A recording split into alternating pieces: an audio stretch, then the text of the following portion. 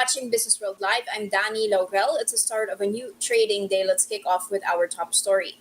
The World Bank has again trimmed its growth forecast for the Philippines this year on the back of the Delta driven surge in COVID 19 infections. The multilateral lender now expects the domestic economy to grow by 4.3%, lower than its initial estimate of 5.5% in April, as well as the 4.7% forecast it penciled in on May.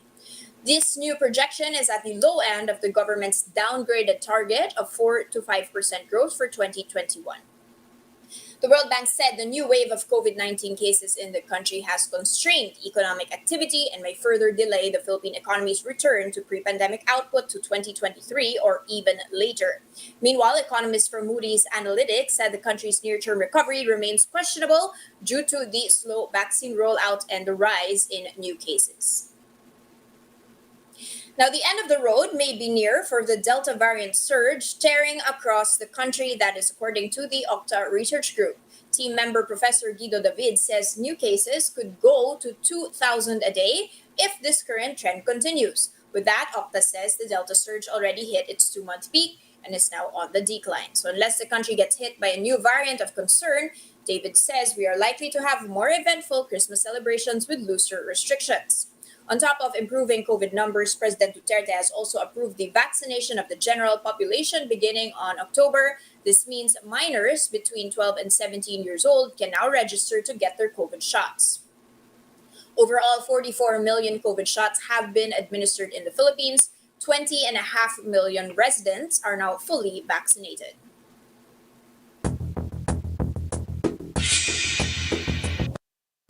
Kicking off the Wednesday markets report with a lot of tension over in the U.S. Senate over raising their debt limits there. Take a look at my terminal here, a sea of red in America, all throughout Europe as well. Yesterday, this of course as a Senate hearing happened, and Federal Reserve Chair Jerome Powell as well as Treasury Secretary Janet Yellen both warned that a U.S. default due to a failure to raise the debt ceiling would have catastrophic consequences. Janet Yellen even said that U.S. could run out of cash to pay its bills in less than 3 weeks. She even said it might happen by October 18. This, of course, happened as Republicans blocked a Democratic move in the Senate to raise their debt limits there. And so a lot of tension over there where U.S. stocks saw their worst day since at least May. S&P 500 down by more than 2% yesterday, and technology shares faring even worse. The Nasdaq down by 2.8%. That tumbled the most since March. And it's not just stocks which are moving and causing a lot of concern. There's also concerns on the U.S. Treasury yield continuing to edge higher, bond yields spiking, and that they say is due to the inflation concerns. You've also got crude oil, at least WTI, retreating, even as that was moving from a 3-year high together with Brent crude above $80 a barrel. And this according to Edward Moya. He's a senior market analyst at Owanda. What we've got right now is a stock market finally looking vulnerable as Treasury yields are surging. Oil prices look like they could easily hit $90 a barrel, and supply chain issues, no signs of easing. And a lot of questions here on whether this will be spilling over into Asia. And you can see Asia stocks already being hit at the open here. The Nikkei 225 down more than 2%. Taiwan's TAIEX as well down by 1.3%, as well as a Kospi in South Korea and the FTSE Straits Times. So let's see whether we're feeling the pain over here as well. It does seem to be the case, down by 0.3%, back to those 6,800 levels here. Let's see which ones are the most heavily sold off. At least 5 minutes into trade, you can see PLDT and Globe and Converge, three telco players most heavily hit here with losses closing in on 4%. Very interesting, and we're going to be following those three stocks closely. Other stocks to be following today are, of course, Aboitiz Equity Ventures and Aboitiz Power. This as AEV has reinsured investors on that JERA deal. AEV now back up by more than 2.1%. They did mention that this deal, of course, where they're selling at around 25% or 27% of Aboitiz Power over to JERA, will actually open opportunities and support financially for the other businesses. This, according to their CFO, Dimi Lozano, they said the real goal here is not to reduce the exposure to power of AEV by selling the Aboitiz Power shares, but it is to provide them ammunition to grow other businesses like infrastructure, banking, and food, and also to bring strong partnership for AP. They also assured the team there will be no workforce rationalization, and on the contrary, it will open more doors for even more employment. President and CEO Emmanuel Rubio of Aboitiz Power said the deal would not trigger a change in management. Still, of course, you can see how volatile the stocks have been. AEV shares declined by 10.5% yesterday. AP shares as well losing more than 9 and 6 tenths of 8%. So it's still a while to go before they get back to the 21-month high that they saw on Monday. And finally, just a quick peek on the other airline players. Of course, PAL is still in suspension here. This, as they've announced that they will be getting fresh funds from the Lucio Tan Group to aid, of course, PAL through the proposed hike in authorized capital. They said that is meant to accommodate this infusion of capital by an affiliate firm of LTG. You can see Cebu Pacific, the rival airline, up by 0.4%, saved basically from this sell-off this morning.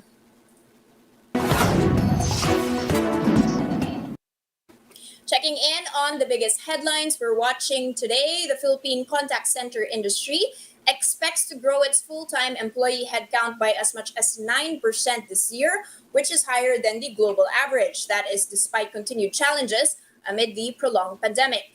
The Contact Center Association of the Philippines, or CCAP, said that the local industry outpaces the 6 to 7.5 growth seen globally.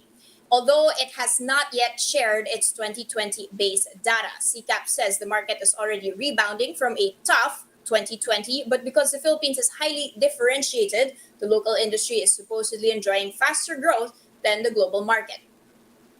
Around 80% of CCAP member companies that responded to a survey said they expect double-digit growth this year. That's compared with 11% projecting growth in single digits. Recall that overall outsourcing revenues inched up 1.4% after the pandemic disrupted their operations last year.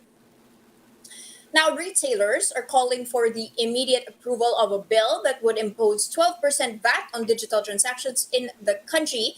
This as the industry sees increasing competition from foreign e-commerce companies that are not subject to local taxes. The Philippine Retailers Association said the lack of taxes on foreign e-commerce firms has created an unfair playing field for retailers and distributors registered in the Philippines. The group says the retail industry will eventually lose revenues for this uneven playing field.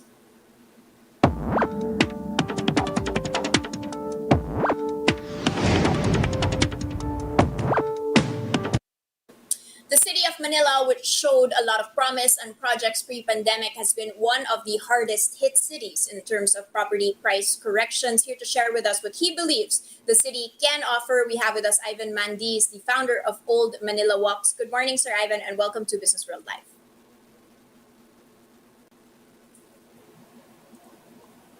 Good morning. Sir, the city of Manila was a very exciting play pre-pandemic, particularly the Bay Area, very bustling. Property prices were even through the roof pre-pandemic. What is the vibe of the city right now? Well, like any other place in the country, everything has slowed down in the city. Uh, in terms of not just tourism industry but also retail. I mean, it's not as what it used to be before pre-pandemic. Sir, can you clarify a little bit how badly was it hit? How dependent is the city of Manila on tourism compared to other areas in Metro Manila? Well, the city itself it contains a big chunk of the tourism infrastructure in the NCR region. I mean, most of the major sites that we actually sell to tourists are in Manila. And if you read the news, they have been closed, a lot of them on and off. So it's very hard to really reactivate the tourism part simply because of what's happening right now.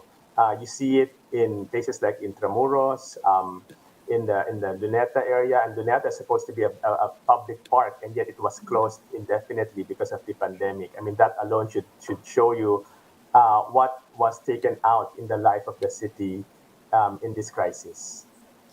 Ivan, compared to last year's lockdowns, are you seeing at least a pickup when it comes to businesses, when it comes to the risk appetite of people to start going out, to start hitting retail, to start eating out? Is there a marked improvement on the streets of Manila? Well, it's hard to tell simply because I mean from personal experience because I'm based in Manila itself now. It's hard to tell because of the on and off MECQ, GCQ things that has been going around us. Uh, and it depends on the area. No? Like for example, if I go to our neighborhood mall, um, it's not as it was before, and obviously it's the same with the major tourism infrastructure, the sites, no, the cultural sites in the city itself.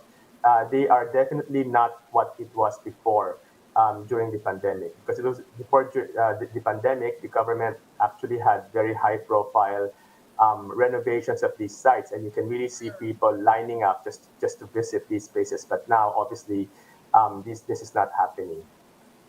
Sir, do you feel that it is more livable now when it comes to more green spaces, less pollution because of less congestion and traffic?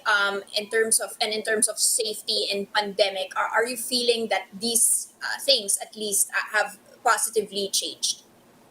Well, I'm speaking for the city of Manila. Definitely, there are some marked infrastructure improvements. I mean, basic stuff that should have been in place even before the pandemic, and I mean, even before we had a new mayor, like lighting, um, signages. These were not really taken care of in past administration. So definitely now there is an improvement in terms of these things. But that being said, I mean these are very basic things, and that should have been in place long time ago. No, so I mean to make Manila more competitive, we need to concentrate more on other things because what I mentioned, these are supposed to be there. Um, the city government, for sure, could do more than what it is doing right now. But as we say, it's one step at a time. It's better than it was in the past administration. Ivan, I'm very curious to know. Condominium rents are down 32% during the pandemic. That's according to Leach Property Consultants from the first quarter of 2020 until the second quarter of this year, which means that pre-pandemic, Manileños were benefiting from quite high rentals, and of course, this is due not just to the heritage but also to the new industrial developments. You've got casinos, you've got entertainment complexes, you've got big malls over in Pasay. Are the Manileños happy with the way that these industrial developments have taken place? Because of course it benefits them financially, or has there been a lot of pushback on these developments? Um, I won't generalize with I mean what the city would feel, no, but there are um, different ways of I mean different sides to to this question. Some people they I mean they don't really care about with these new developments. For them, as long as they earn from their real estate properties, that's okay, But on the other spectrum of the coin, there are concerned citizens who question some of these projects, like for example, the reclamation project being proposed. I mean, is it really going to be beneficial for the city itself? Because there are environmental, there are cultural factors that are not thoroughly discussed on what will happen when you have this type of big ticket developments, which will directly impact the old city and its its sense of place, and its development, its infrastructure. No, I mean these things are very contentious. Ivan, do you feel that enough protection was given to the heritage sites? No, not enough. Okay, and Um, how would you suggest that this improves?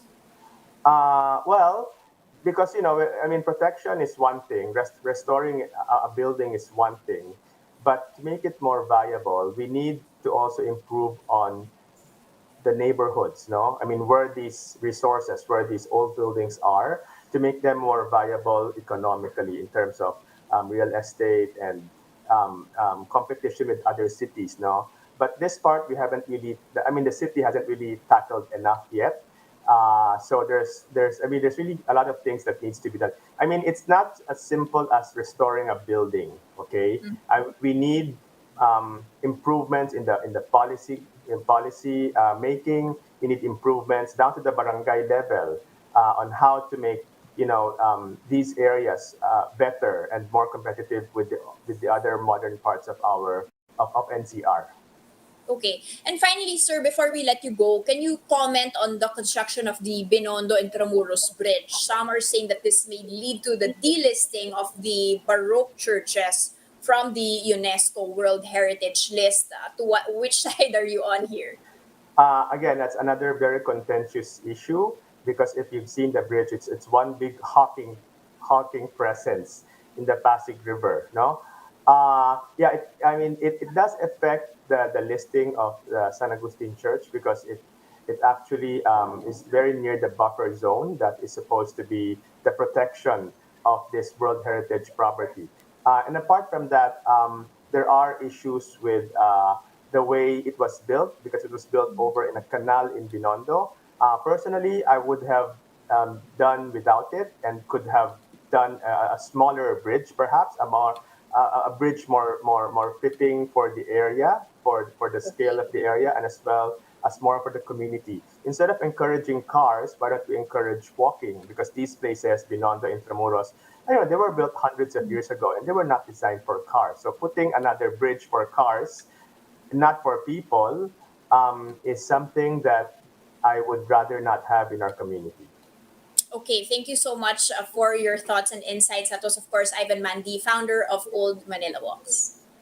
Thank you.